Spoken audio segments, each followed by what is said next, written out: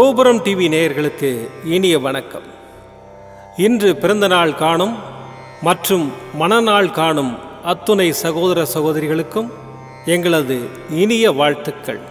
பாபாவின் ஆசிகளோடு பல்லாண்டு காலம் நீங்கள் எல்லா வளங்களும் செல்வங்களும் பெற்று நலமுடன் வாழ வாழ்த்துகிறோம். பாபா அழைக்கிறார்.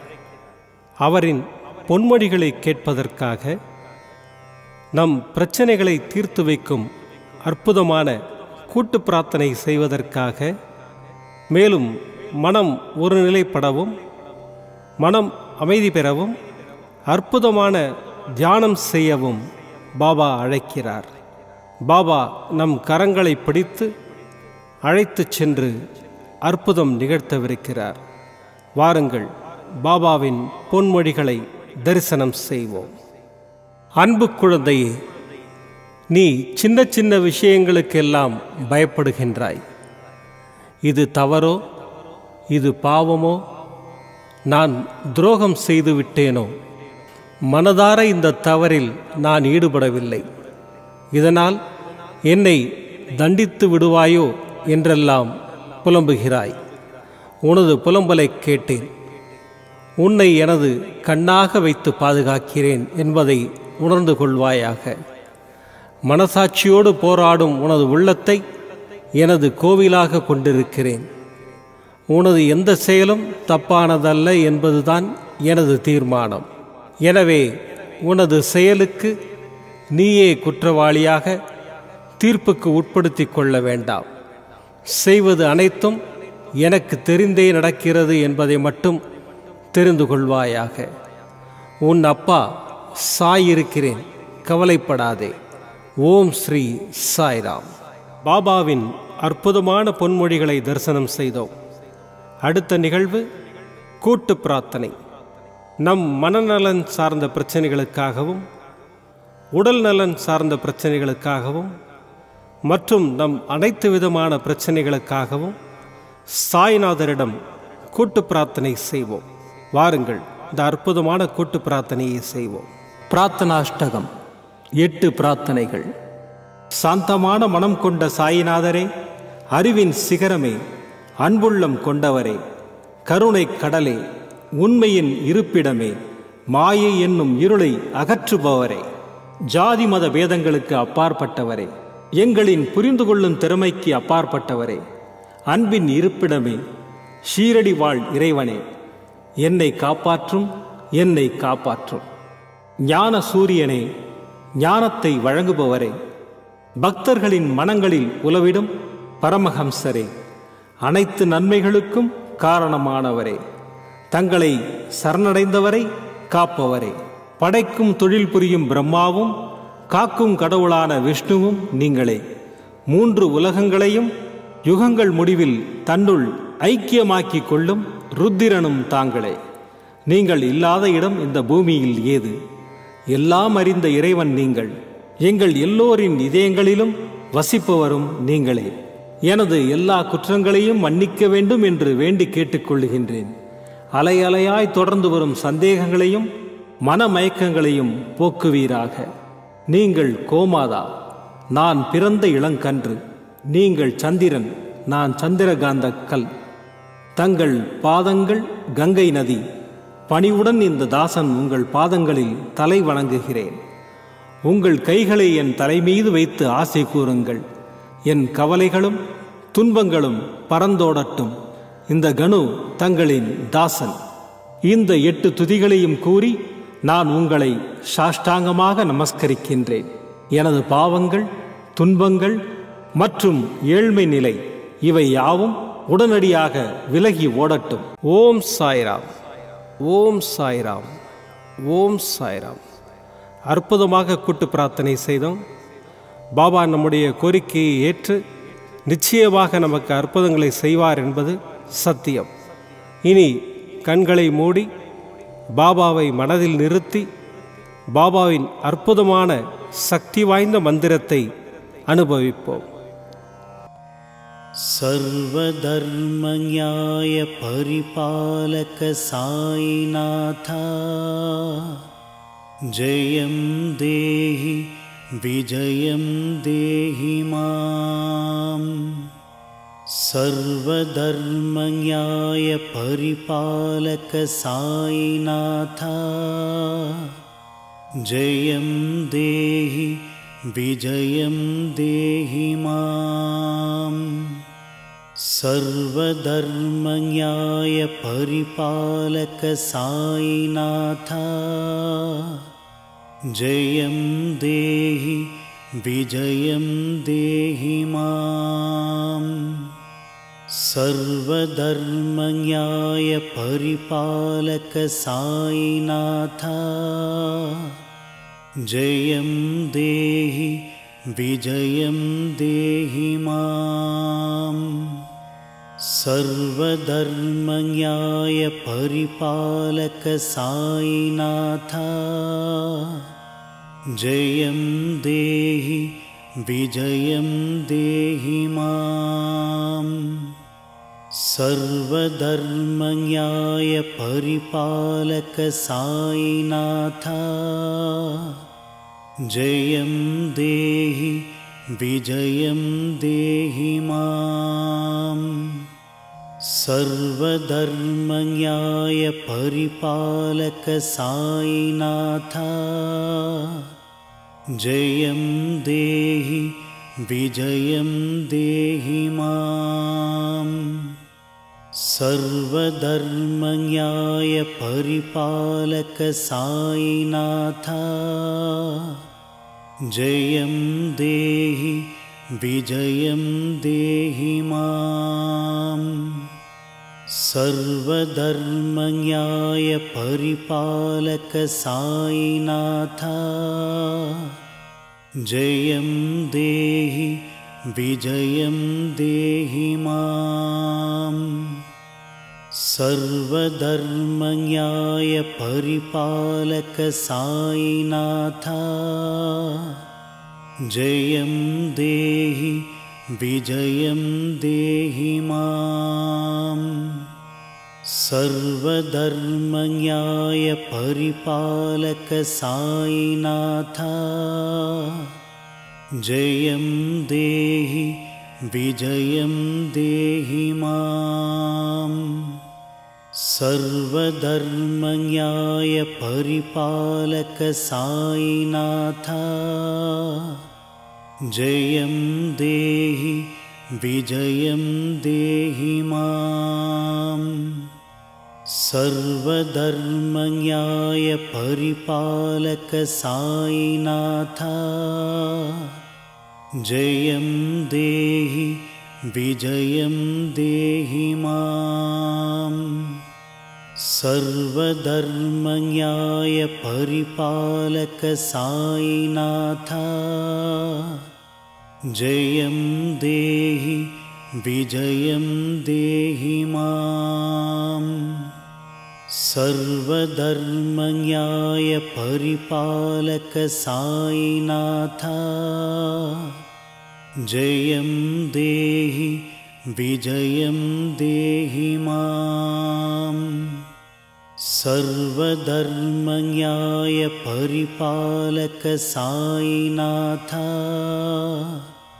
जयं देहि विजयं देहि माम्। सर्वधर्मन्याय परिपालक साईनाथ जयं देहि विजयं देहि माम्। सर्वधर्मन्याय परिपालक साईनाथ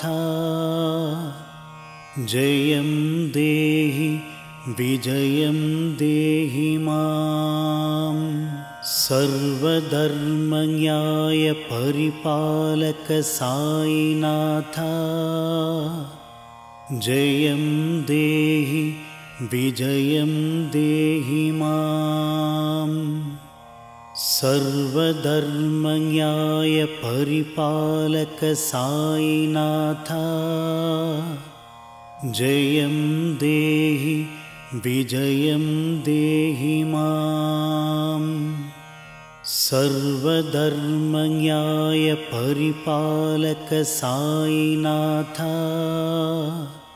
जयं देहि विजयं देहि मां। सर्वधर्मन्याय परिपालक साईनाथ जयं देहि विजयं देहि मां। सर्वधर्मन्याय परिपालक साईनाथ जयं देहि विजयं देहि मां। सर्वधर्मन्याय परिपालक साईनाथ जयं देहि विजयं देहि मां। सर्वधर्मन्याय परिपालक साईनाथ जयं देहि विजयं देहि मां। सर्वधर्मन्याय परिपालक साईनाथ जयं देहि विजयं देहि मां। सर्वधर्मन्याय परिपालक साईनाथ जयं देहि विजयं देहि मां। सर्वधर्मन्याय परिपालक साईनाथ जयं देहि विजयं देहि मां। सर्वधर्मन्याय परिपालक साईनाथ जयं देहि विजयं देहि मां।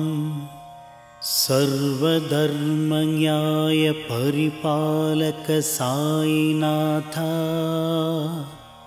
जयं देहि विजयं देहि मां।